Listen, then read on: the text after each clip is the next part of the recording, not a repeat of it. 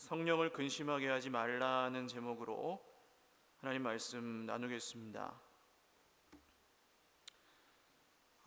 하나님께서 저한테 목회자가 되어야 한다는 마음을 가장 먼저 주셨던 때가 초등학생 때였어요. 물론 그때는 꼭 목사님 돼야지 그런 정도의 마음은 아니었는데, 피아노 학원을 제가 다녔는데 피아노 학원에는 위인전 전집이 있었습니다. 그래가지고 시간이 남을 때마다 읽었거든요. 그 중에 슈바이처라는 분을 아시죠? 슈바이처 박사의 전기를 읽고, 와, 이 너무 얼마나 멋져 보였는지, 자기의 모든 걸 내려놓고 생명까지 거의 도외시하고 생명을 살리기 위해 아프리카로 갔던 그 삶이 얼마나 멋져 보였는지 모릅니다. 슈바이처 박사라는 분을 좀 삶을 돌아보면 굉장해요. 이분이 일단 의학 박사였습니다. 이것만 해도 평생을 공부해야 되잖아요. 의사. 거기다가 동시에 신학 박사였습니다. 지금도 이 신학계에서는 역사적 예수 연구라는 분야의 선구자로 이 슈바이처 박사를 꼽습니다. 지금까지 추앙을 받아요. 지금 100년이 지났는데 그 책을 아직도 읽어요, 사람들이. 거기다가 이제 파이프 오르간 아시죠? 이 큰 교회나 성당에 가면은 쫙 앞에 파이프로 돼서 웅 하는 소리 나는 오르간 있지 않습니까? 그 오르간의 연주자로서 그것도 박사였어요. 지금으로 말하면 세계적인 피아니스트 수준이었습니다. 그런 분이 반평생을 아프리카 시골에서 환자들을 돌보면서 보냈는데, 그것도 후원받아서 한 게 아니래요. 돈 떨어지면 이제 책 쓰고 강연하고 연주회 하고 그래가지고 돈 모아서 아프리카로 돌아가서 병원을 경영하고 그랬다고 해요. 어떻게 감동을 하지 않을 수가 있겠어요. 그래서 나도 이렇게 살아야지 그랬던 겁니다. 근데 신학교를 가서 공부를 하다 보니까 놀라운 사실을 발견했어요. 그게 뭐냐 하면, 슈바이처 박사는 예수님을 우리가 믿는 것처럼 믿은 분은 아니었다는 사실이었습니다. 얘기를 안 나눠봐서 잘 모르지만 이분의 책이나 이런 걸 보면 성경을 보는 관점이 우리랑 좀 달라요. 하나님의 말씀이다 이렇게 보지 않고 그냥 그 중에서 계시된 것도 있을 수 있다 이 정도로 보는 거죠. 그러다 보니까 예수님도 예수님이긴 한데 예수님이 아니에요. 이분에게는 그냥 자기를 중심으로 굴러가는 거대한 역사의 수레바퀴에 끼어있던 한 사람이다, 이 정도로 표현을 해요. 그러나 훌륭한 인간이고 성자였다. 이게 슈바이처가 말한 예수님입니다. 그런 관점에서는 예수님은 잘 봐줘야 혁명가나 사회운동가 정도에 불과해요. 그리고 나중에 성경을 기록한 나머지 제자들이나 사도들, 바울 같은 사람이 예수님을 신격화했다, 이렇게 해석을 하는 거죠. 자, 이걸 이제 딱 알고 나니까 이영표 선수라고 아시죠? 이분이 책을 한 권 썼는데 성공이 성공이 아니고 실패가 실패가 아니다, 이런 책을 썼습니다. 이 제목이 얼마나 와닿는지. 우리는 지금 당장 이 땅에서 잘 됐느냐 못 됐느냐, 선하게 살았느냐 못 살았느냐 이런 걸 가지고 성공과 실패를 저울질하지 않습니까? 그러니까 마치 회사를 운영하듯이 수익을 얻어야 되고 투자를 하고 열심히 살아서 결과물을 내야 되고 그렇게 인생을 경영하잖아요. 그런데 예수님을 믿지 않는 사람이 아무리 수많은 업적을 쌓았다고 해도 정말 개인적으로 그 인생을 복된 인생이라고 할 수 있는가 하면 물음표입니다. 물론 우리 주변에 존경할 만한 분들이나 훌륭한 위인들을 폄하하려고 드리는 말씀이 아니고요. 예수님 없는 성공, 예수님 없는 형통, 예수님 없는 선행, 이런 것들이 좋은 것처럼 착각하게 만드는 이 세상에서 우리가 진짜로 추구하고 기뻐해야 할 것이 무엇인지를 진지하게 생각해 봐야 한다는 말씀입니다. 그래서 이 에베소서 4장 마지막 부분에 새 사람을 입은 그리스도인이 어떻게 살 것인가 라는 이 주제에 대해서 3주간 얘기를 드렸는데, 오늘은 전체적으로 정리하고 결론을 내리는 시간입니다. 앞에 나왔던 말씀들을 잠깐 보시면 거짓을 버리고 참된 것을 말하고 분을 내어도 죄를 짓지 말고 마귀에게 틈을 주지 말고 도둑질하던 것을 선한 일로 바꾸고 더러운 말 하지 말고, 결국 이런 일들이 향하는 한 점이 있어요. 그게 뭐냐 하면 내가 일하지 않고 성령께서 일하게 하시도록 해라. 그게 결론입니다.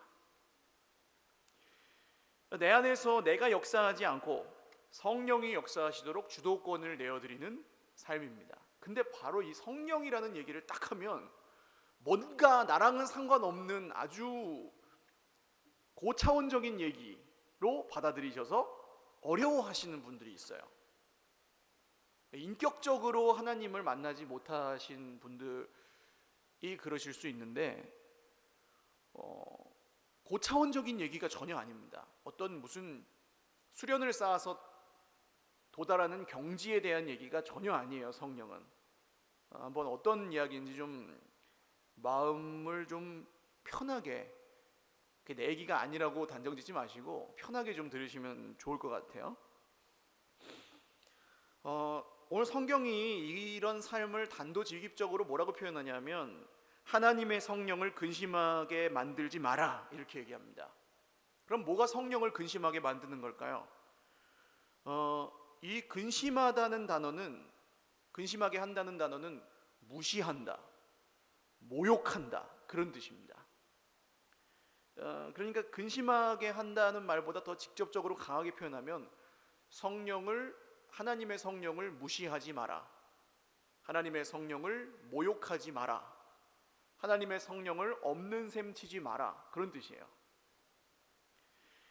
근데 우리가 성령을 의지해서 산다고는 하지만 보이지 않는 성령을 의지하는 게 여간 힘든 일이 아니죠. 오히려 보이지 않는 성령보다 보이는 스마트폰이 더 가깝고 이 느껴지지 않는 성령보다 영화나 드라마가 주는 감동이 더 깊이 와닿을 수도 있어요. 때로는 성령이 우리에게 말씀을 통해 가르쳐 주시는 것보다 세상의 가르침이 더 대단해 보일 때도 있고요. 성령이 우리에게 맺게 하시는 열매보다 세상의 열매들, 그냥 열심히 해서 거뒀거나 운이 좋아서 거둔 열매가 더 값지게 여겨질 때도 있습니다. 그러나 이런 것들 하나하나가 바로 우리 안에 계신 성령을 모욕하고 무시하는 그런 시도가 될 수 있다는 말씀이에요. 몰랐을 때는 괜찮아요. 그러나 예수님을 믿고 예수님과의 인격적인 관계를, 믿음 생활을 시작하신 분은 성령이 우리 안에 계시다는 걸 알았다면 이제는 변화가 시작되어야 합니다. 하루아침에 되진 않아요. 그러나 시작이라도 해야 된다는 얘기입니다. 예를 들어서 결혼 생활을 예로 들면 남자와 여자가 따로 살 때는요, 처녀 총각일 때는 각자 자기 스타일대로 살아요. 그렇죠? 근데 결혼을 하고 나면 자기 스타일대로 살 수가 있습니까? 없습니까? 없어요. 내가 아무리 옳아도 내 스타일만 고집할 수는 없어요. 결혼하고 나면. 그게 높고 낮음의 차이가 아니에요. 그냥 달라요. 그래서 반드시 배우자의 어떤 스타일을 존중하고 거기에 어느 정도 따라가야만 살 수가 있는데, 만약에 배우자의 스타일을 무시하고 내가 하고 싶은 대로 계속 살면 어떻게 될까요? 싸움이 나죠. 아니면 무시당한다고 느낀 상대방 쪽에서 굉장히 마음이 언짢아지겠죠. 마찬가지로 예수님을 믿는다는 것은 성령님과 결혼한다, 같이 산다 그런 뜻으로 보시면 되겠습니다. 이 결혼은 사람의 힘으로 어떻게 나눌 수 없는 거예요. 결혼도 사람의 힘으로 하는 게 아니고 나누는 것도 사람의 힘으로 하는 게 아니에요. 근데 결혼해서 집에 같이 살면서 완전히 무시하고 모든 의사결정이나 살아가는 데나 아무런 고려나 배려가 없이 그냥 뒷방에 가둬놓고 산다면 성령이 어떠시다고요? 그러면 분명히 근심하시겠죠. 근데 왜 이게 어렵느냐? 결혼을 생각하시면 또 쉬워요. 혼자 살던 이 라이프 스타일이 하루아침에 변하느냐? 안 변합니다. 그렇죠? 남자들이 옷을 집에 들어가서 어떻게 벗어요? 안 그런 분도 있겠지만 뱀이 허물을 벗듯이 그 문지방에 하나, 어디에 하나, 화장실 앞에 하나 이렇게 하나 벗으면서 들어가잖아요. 이거 잔소리해서 고쳐져요? 잘 안 고쳐져요. 계속 그래요. 계속. 그러니까 이게 아니라는 걸 알아도 바뀌는 거랑은 또 다른 문제예요. 나는 한다고 하는데 사실은 여전히 혼자 살던 대로 살고 싶어 해요. 관성의 법칙이라는 게 있죠. 이렇게 달려가던 차는 한 방에 멈추질 못해요. 그만큼 시간이 걸립니다. 그러니까 우스갯소리로 어떤 남자가 친구랑 얘기를 하는데 이렇게 얘기를 해요. 이 결혼이라는 것 때문에 내 인생관이 이렇게 달라질 줄 몰랐어. 친구가 왜? 어떻게 달라졌길래 그래? 결혼하기 전에는 이 세상 모든 여자가 다 좋았어. 근데 이제 그 다음에 무슨 말을 해야 정상이에요? 이제는 내 아내만 좋아. 그래야 되는데 뭐라고 합니까? 이제는 한 명 줄었어. 그랬대잖아요. 이 서로 사랑하지 않는 결혼 생활, 서로를 무시하고 배려하지 않고 혼자 살던 대로 그대로 살고 싶어하는 결혼 생활에 어떤 불행함을 표현한 아주 블랙 코미디라고 할 수 있는데, 결국 진실한 사랑이 없으면 결혼 생활은 그냥 족쇄입니다. 내가 하고 싶은 걸 마음대로 못 하니까요. 계속 혼자서 살던 대로 살 수도 있어요. 우리 좀 앞에 세대쯤 할아버지들은 그렇게 그냥 사시는 분도 있었어요. 그럼 어떻게 됩니까? 할머니들이 굉장히 고통받죠. 이 성령님과의 관계도 비슷합니다. 우리가 주님을 사랑하지 않으면 성령은 돕는 분이 아니에요. 더 이상 위로하는 분도 아니고 감시자예요. 내가 죄 짓고 싶고 내 마음대로 살고 싶은데 성령이 보니까 찔리기만 하지 그냥 또 그렇게 살긴 또 그냥 살아요. 그러니까 이분하고 친해질 수가 없죠. 감시자랑 어떻게 친해지냐고요? 돕는 분이 아닌데. 그래서 이게 안 되니까 어떻게 살아갑니까? 두 가지 유형 정도가 있는데, 첫 번째는 내가 성령으로 충만하다고 생각하면서 착각하면서 하는 겁니다. 이런 사람은 굉장히 위험해요. 몇 가지 자기 안에 있는 기준을 만족시키면 그게 성령 충만이라고 생각하고, 성령으로 충만하니까 어때요? 자기가 하나님이 돼버려요. 기도를 몇 시간 한다든지, 방언을 한다든지, 성경 멋지게 읽었다든지, 착한 일을 얼만큼 했다든지, 이런 그냥 자기만의 기준을 딱 세워놓고 나머지는 그냥 다 잘라버려요. 물론 이런 것들은 성령이 우리 안에 계시면 자연스럽게 나타나는 열매와 결과들입니다. 그러나 순서가 헷갈리면 안 돼요. 성령이 계셔서 그런 것들이 나타나는 거지, 그런 걸 노력을 해서 성령으로 충만하게 되는 어떤 경지나 에너지 이런 게 아닙니다. 이게 계속 헷갈리다 보면 어떤 현상이 발생하냐면 열심히 믿는데 공허해요. 뭐 안 하는 거 없이 다 하는데 마음이 행복하지가 않아요. 평안하지가 않아요. 성령께서 하시는 대로 따라가는 게 아니라 내 열심으로 하고 있어서 그렇습니다. 최근에 특별히 신사도 운동이라고 하는 움직임이 세계를 좀 강타하고 있어요. 성령의 역사하심을 아주 광범위하게 인정하는 그런 관점입니다. 이 모든 사람과 모든 경우에 성령이 성경에 나온 것처럼 막 뻥뻥 뭔가 막 기적으로 역사한다, 이렇게 보는 경우도 있고, 혹은 선택을 받은 특정 어떤 사람에게만 성령이 성경의 사도들에게 역사하셨던 것처럼 동일하게 역사한다. 그러니까 만약에 제가 어젯밤에 하나님이 저에게 이렇게 말씀하셨습니다, 그러니까 여러분 그렇게 따르세요 하면서 성경 밖에 있는 걸 뭘 얘기한다, 그럼 그게 이제 그런 경향성이에요. 근데 그러면은 여러분들 다음 주에 안 나오시겠죠? 그러면 건강하신 거예요. 물론 성령이 역사하십니다. 그러나 말씀의 보편적인 진리 안에서, 복음 안에서 역사하십니다. 특별하게 역사도 하시죠. 그러나 어떤 특정 사람의 유익이나 단체의 유익을 위해서만 역사하시지는 않아요. 이거 조심하셔야 되는 함정입니다. 그래서 이제 꿈 같은 걸로 모든 것을 해석한다든지, 환상이나 계시 같은 걸 성경보다 중요하게 여긴다든지, 아니면 사람을 보면서 이런 거죠. 딱 교회에 누가 왔어요. 그럼 탁 제가 보고 당신 죄 있지? 딱 이렇게 물어보는 거예요. 모든 걸 꿰뚫어 보는 것 같은 눈으로 쫙 물어봐요. 그럼 죄 없는 사람이 어디 있어요? 다 찔려가지고 어떻게 아셨어요? 그럼 제가 뭐라고 할까요? 어젯밤에 기도해봤는데 주님이 알려주시더라, 그러겠죠. 이게 이제 무서운 겁니다. 그러면 이제 완전히 감정적으로 종속이 되는 거예요. 꼭 무당이 하는 것 같습니다. 이게 무서운 거예요. 지금 정신 안 차리면 끝나, 조심해, 막 이러면서 협박하고요. 물론 회개해야 됩니다. 우리가 제대로 산다고 사는 사람이 별로 없잖아요. 그러니까 말씀을 듣고 회개하고 내 길에서 돌이켜서 하나님을 따르는 건 맞는데, 그게 막 이런 식으로 표현되면 안 된다는 말씀이에요. 분별하기가 쉽지 않습니다만 어떻게 분별하시면 되냐 하면 특징이 하나 있어요. 계속 다른 사람을 욕해요. 왜냐하면 자기는 성령으로 충만하고 옳잖아요. 그러니까 뭐 한국 교회가 어떻다더니 뭐 지도자들이 뭐 어떻다느니 하면서 막 얘기를 하는데 괄호치고 뭘 하는 겁니까? 나는 성령 충만한 나는 안 그렇다. 그런 얘기를 하고 있는 거잖아요. 굉장히 위험합니다. 이런 예언은 절대로 성경적일 수가 없어요. 바울은 셋째 하늘에 올라갔다 왔어도 그걸 얘기를 안 해요. 왜냐하면 자랑하는 게 될까 봐. 나는 자랑 안 했는데 사람들이 듣기를 자랑으로 들으면 자랑이잖아요. 그러니까 바울은 모든 환상과 계시의 비밀을 받은 것이 내가 너무 많지만 하나님의 영광 위해서 얘기 안 한다 그래요. 그래서 그런 경우를 만나면 굉장히 조심하셔야 돼요.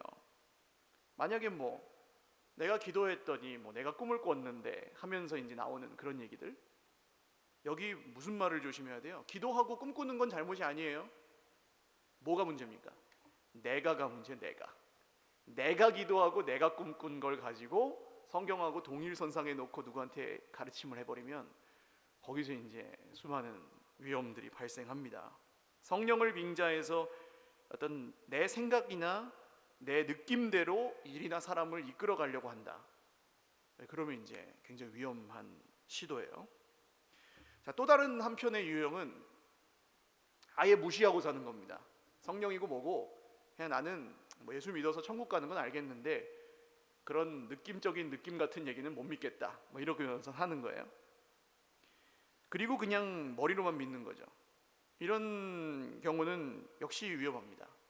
성령께서 우리 인생 가운데 분명히 지금도 역사하시는데 그렇게 개입하실 여지를 전혀 두지 않고 자기의 경험이나 어떤 기술이나 지식에 의지해서 살아가고 움직이는 거죠.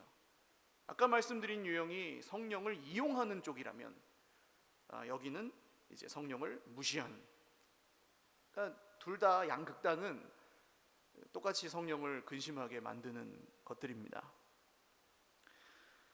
뭐 점점 더 어려워지시는 것 같은데 물론 아까 말씀드린 것처럼 하루아침에 이 성령 충만이 완성되지는 않아요. 그러나 함정을 피해서 분명히 하나님께서 열어주신 길로 잘 가면 성령이 우리와 함께 하시고 또 직접 우리에게 가르쳐 주십니다. 말씀을 통해서. 그리고 결국 맺어야 될 결과가 뭐냐? 성령의 열매죠. 이 성령의 열매는 이런 것이다 라고 할 게 아니라 우리 안에서 나오는 게 아니죠. 성령의 신비하심이 바로 여기에 있습니다. 이 사랑은 내 안에서 나오는 것이 아닌데 사랑해요. 내 안에서 나온 사랑이 아닌데 내가 교사로서 애들을 사랑해요. 내가 사랑하는 걸로 따지면 그럴 마음이 들 수가 없는데 교회에 새 가족이 한 명 오면 그렇게 반갑고 너무 좋아요. 이런 게 이제 성령의 열매죠. 이 기쁨이 막 샘솟는데 뭔가 기쁜 일이 있어서 나오는 기쁨이 아니에요. 오늘도 기쁘고 내일도 기쁘고 아침마다 기쁘고 심지어는 내가 막 거의 죽을 지경에 처해도 기뻐요. 이게 이제 성령의 열매입니다. 또 뭐 평안, 내가 형편이 좋아서 평안한 게 아니고 문제가 없어서 평안한 게 아닌데 평안을 주세요. 이런 게 이제 성령의 열매입니다. 내 안에서 나온 게 아니고 내가 만들어낸 게 아니고 노력하고 결단해서 한 게 아니고 하나님이 성령을 통해서 내 안에 새롭게 창조해 주신 선한 성품의 열매가 맺어지는, 그게 자연스럽게 흘러나오고 나만 사는 게 아니라 주변 사람들을 다 살리는 그런 은혜가 성령의 열매입니다. 그래서 자기 스타일을 고집할수록 성령의 다스림을 받기는 정말 어려워요. 근데 성령의 다스림을 받지 못하면 그 삶에는 성령의 열매도 없어요. 그러니까 사는 것도 힘들고 뭐 사역자라면 사역도 힘들고 예배도 힘들고 뭐 어딜 가도 채워지질 않아요. 핑계 대고 옮겨보고 막 열심히 하는데 안 돼요. 미국에서 가장 뭐 큰 저주가, 공적인 저주가 그렇대요. 너 성령 충만하지 못하게 목회해라. 그러면 그게 가장 큰 저주래요. 여러분, 자꾸 주님이 나에게 말씀을 들려주실 때 그 말씀과 내 삶을 비교해보고 정말 깨닫게 해주실 때에는 내 스타일을 버리실 수 있기를 주님의 이름으로 축원합니다. 얼마 전에 또 한번 말씀드렸죠. 교역자들이 특별히 교회에서 일을 할 때 내가 잘한다고 생각하고 내가 특기라고 생각하는 것들이 있어요. 교역자들도 뭐 설교를 잘하는 사람도 있을 수 있고, 노래를 잘하는 사람도 있을 수 있고, 뭐 신방이나 상담을 잘하는 사람도 있을 수 있고. 근데 이상하게 교회를 딱 옮기잖아요. 그러면 거기서는 내가 잘한다고 생각했던 게 하나도 안 통해요. 전에는 엄청 칭찬받던 게 옮기면은 막 까여요. 왜 그렇게 하실까요, 하나님이? 아니, 내가 잘하는 걸 더 잘 이렇게 쓰임 받을 수 있으면 좋겠는데 내가 잘한다고 생각했던 걸 다 깨트리시고 무너뜨리세요. 막 대부분 그렇대요. 대부분. 왜 그럴까요? 그렇게 되면 그 사람이 사역이 감당이 되겠어요? 안 되겠어요? 안 되겠죠? 하던 대로 하면은 그거는 편한데 그렇게 해도 안 통하니까 막 힘들어지잖아요. 그러면 이 사람이 감당이 안 되니까 뭘 하기 시작하냐 하면 기도를 하기 시작합니다. 진심으로. 그 전에도 기도하죠. 근데 간절함이 생기는 거죠. 기술이 안 통하니까 하나님을 의지하는 진짜 마음이 생기는 겁니다. 한번 따라 하십시오. 많이 포기하면 많이 역사하시고, 적게 포기하면 적게 역사하신다. 네, 내 스타일을 포기하는 만큼 성령이 주도권을 잡으세요. 나 이런 사람이야 라는 말이 얼마나 위험한 말인지 모릅니다. 그건 하나님이 다 아세요. 내가 이전에 어떤 사람이었는지는. 이제는 내가 할 필요가 없는 말이에요. 나 이런 사람이야 라는 말 자체가 죄예요.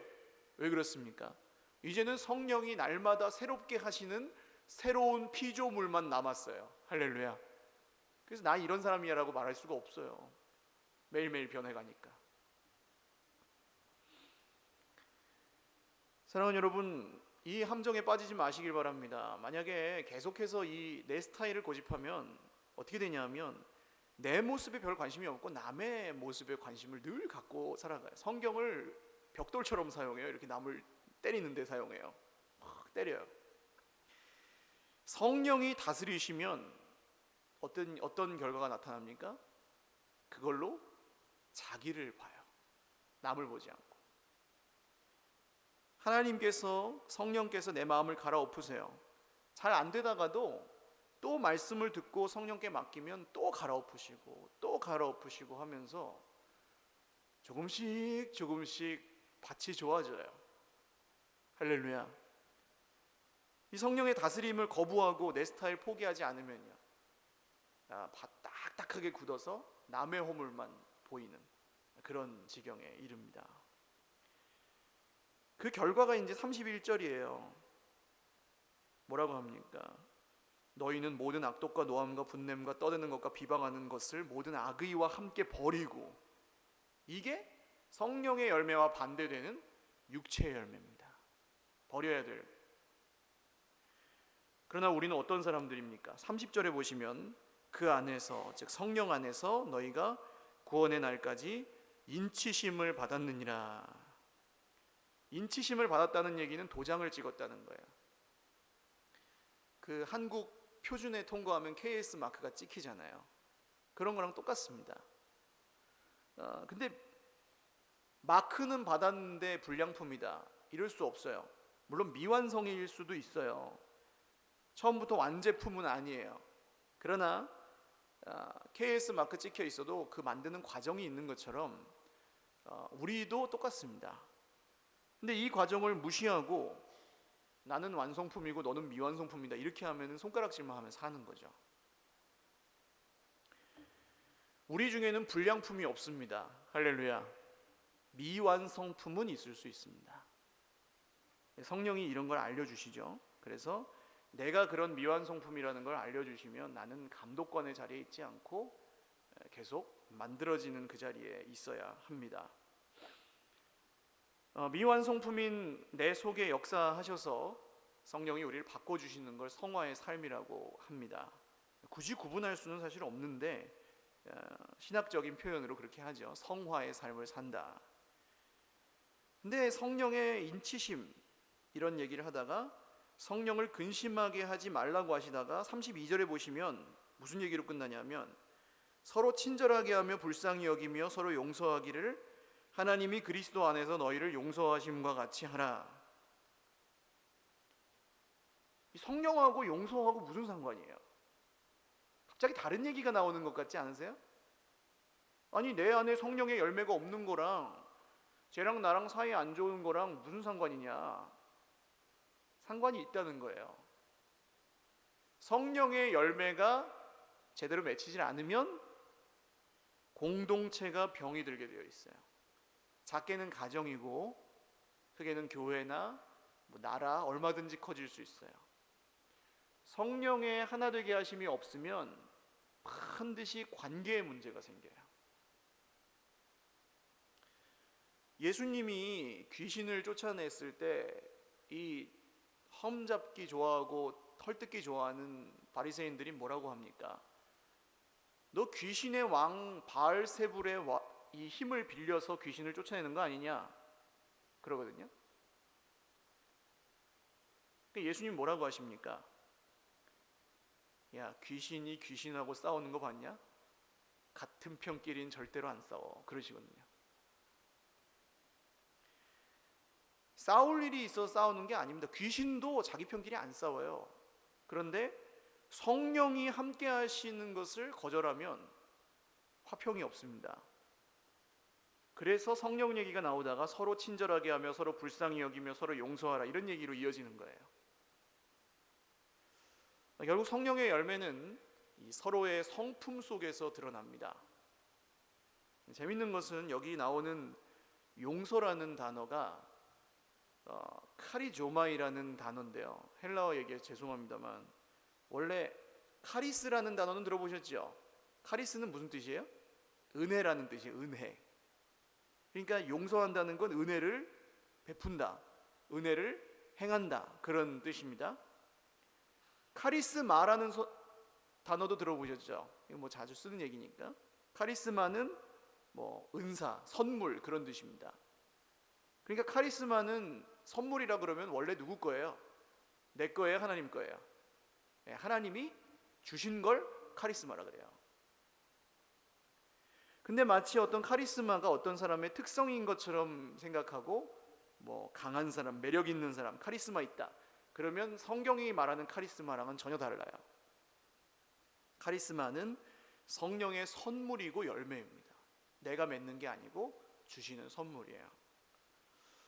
자, 마지막 구절을 한번 생각해 보고 마치려고 하는데요. 서로 친절하게 하며 불쌍히 여기며 용서하며 이것을 어떻게 하래요?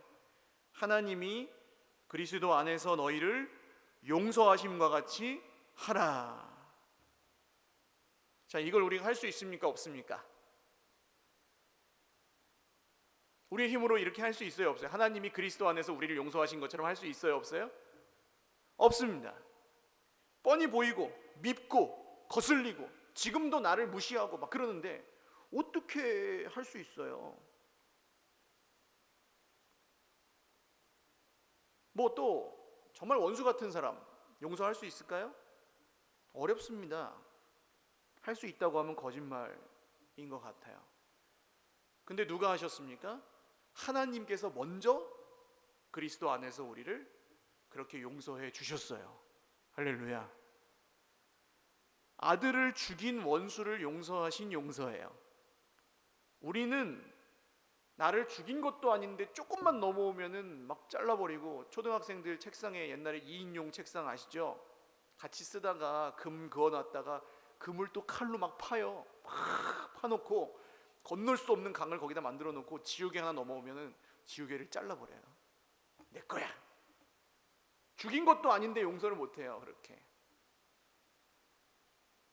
그러나 하나님이 나에게 어떻게 하셨는지를 생각하면 그렇게 넘어올 때 그 사람이 아니라 내가 보이는 겁니다.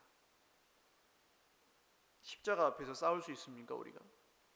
예수님이 나를 위해 십자가의 피를 철철 흘리고 계신다는데 그 앞에서 나한테 잘못한 사람 멱살 잡을 수 있습니까? 결국은 결론이에요. 날마다 십자가를 붙드는 삶이 성령을 근심하게 하지 않는 유일한 길입니다.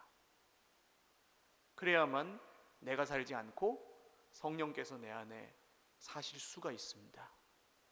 이거는 지금 아주 무슨 고차원적인 경지에 대한 얘기를 하는 게 아니고, 집에 가셔서 내 가족, 내 식구 한 명이 나를 무시하거나 힘들게 하거나 내 말을 들어주지 않는다거나 내가 원하는 대로 나에게 주지 않을 때, 일터에 가셔서 나를 괴롭게 하는 직장 동료나 상사 때문에 정말 죽을 것처럼 힘들 때, 그때 그 사람을 위해 무조건 참아라 아닙니다.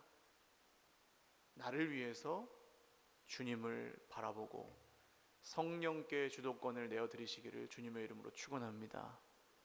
안 그러면은요 살 수가 없어요. 억울해서, 힘들어서. 직장 생활이 좀 어렵습니까? 그 힘들고 어려운 생활을 어떻게 감당하시겠어요? 성령님과 함께 하시지 않으면. 사랑할 만한 사람보다 사랑스럽지 않은 사람이 온 세상 천지에 깔려 있는데, 여러분 어떻게 사랑하면서 이 주님 말씀대로 살아가시겠습니까? 이게 이제 우리가 살아가야 될 방향에 대한 얘기입니다. 방향만 정확하게 하시면 나머지는 하나님이 하십니다. 미국 가는 비행기를 타는데 그 사람은 미국에 있어요? 비행기에 있어요? 지금 비행기에 있잖아요. 그러나 언젠가는 도착합니다. 똑같아요. 우리 오늘 이 땅에 살아가는 것은 천국이 아닌 것처럼 보일지라도 천국을 향하는 방향을 우리가 잡고 살아갑니다. 그럼 거기서 이제 뭐 미국 가는 비행기에서 애가 태어났어요. 그럼 애는 미국의 애가 되잖아요. 그런 것처럼 생명의 역사가 일어나고 우리 삶에 정말 천국이 임했다는 뜻이 무엇인지 깨닫는 날도 올 것입니다. 같이 한번 기도하기를 원하는데요. 한번 기도하겠습니다. 우리 성령의 도우심을 구하십시오. 그리고 성령이 어떤 분이신지를 아직 경험하지 못한 분이라면 성령님이 어떤 분이신지를 알게 해달라고 기도하십시오. 어떤 우주의 에너지도 아니고 보이지 않게 나를 도와주는 무슨 무조건 도와주는 키다리 아저씨, 그런 분도 아닙니다. 그러나 예수님이 우리와 함께 계시게 하겠다고 약속하신 분이고, 성령이 함께 계시면 반드시 열매가 나타나게 되어 있습니다. 내 속에서 나올 수 없는 사랑이 나오고, 내 속에서 나올 수 없는 인내가 나오고, 내 속에서 되지 않는, 만들어낼 수 없는 기쁨이 내 속에 있고, 평소에는 이길 수 없었던 원망과 불평을 이길 수 있고, 그런 열매들이 나타나게 되어 있어요. 하나님, 내가 여전히 주님을 잘 모르지만 오늘 내 것을 포기하고 내 스타일을 포기하고 성령께 나의 인생의 주도권을 내어드리기를 원하오니 나와 함께하여 주옵소서. 나를 도와주옵소서. 겸손한 마음으로 간절히 기도드리겠습니다. 하나님 아버지, 감사합니다. 은혜 받고 울며 회개하지만 돌아서서 다시 주님을 배반하고 성령님을 무시하고 모욕하여 근심하게 할 때가 있습니다. 내 길에서 돌이키지 않고 스스로 주인 되는 것을 포기하지 않아 정말 예수님을 믿는데도, 천국 백성이라고 하는데도 헷갈리는 인생을 살아갈 때가 너무 많습니다. 우리를 불쌍히 여겨 주십시오. 수많은 다툼과 수많은 분노와 수많은 억울함과 정말 이길 수 없는, 주님의 성령이 함께 하시지 않으면 도저히 견딜 수 없는 그런 세상을 살아가며 가정에서 눈물 짓고 일터에서 남몰래 눈물 흘리며 살아갑니다. 주님, 우리 인생 정말 보잘것없지만 성령이 우리와 함께 하실 때에 우리가 예수님처럼 살게 되고 예수님이 하셨던 것처럼 생명의 역사가 우리 삶 가운데, 가정 가운데 일어나게 되고 서로를 이해하게 되고 사랑하게 되어서 정말 하나님께서 기뻐하시는 공동체가 만들어지고 그 공동체가 세상을 변화시켜 하나님의 나라를 확장시키는 놀라운 은혜가 우리 모두에게 있게 하여 주시고 하나님이 이루실 놀라운 그 나라를 완성하실 그날을 바라보며 오늘도 내 뜻이 아닌 성령님께 나의 주도권을 내어드리고 살아갈 수 있게 하여 주시옵소서.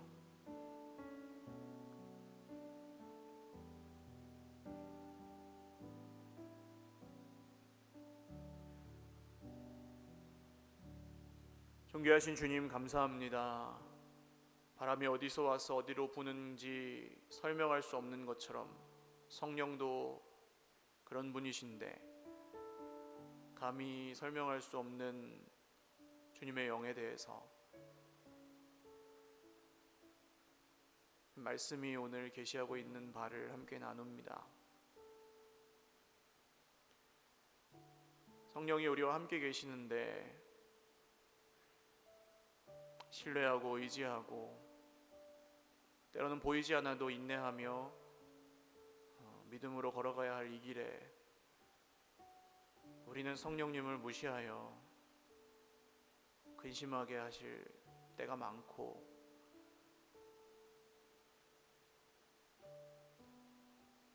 너무 그렇게 많이 하다 보니 익숙해져 버렸을 때도 있습니다.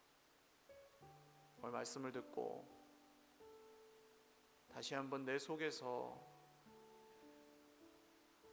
이 솟구쳐 올라오는 모든 자아와 자기의와 혈기와 분노와 억울함, 그 어떤 것이라도 아무리 합당한 것일지라도 내려놓고 성령께 우리 인생의 주도권을 내어드리기를 원합니다. 그리고 주님이 가르쳐 주시는 대로, 인도해 주시는 대로, 말씀해 주시는 대로 잘 겸손히 날마다 따라가기를 원하오니 다른 길은 없습니다. 십자가를 붙들게 하여 주옵소서. 우리는 오늘도 멀쩡하게 앉아있지만 사실은 가정에서 피 흘리며 전쟁을 하다 왔고 이 세상에서, 일터에서, 학교에서 깨어지고 무시하고 무시당하다가 왔습니다.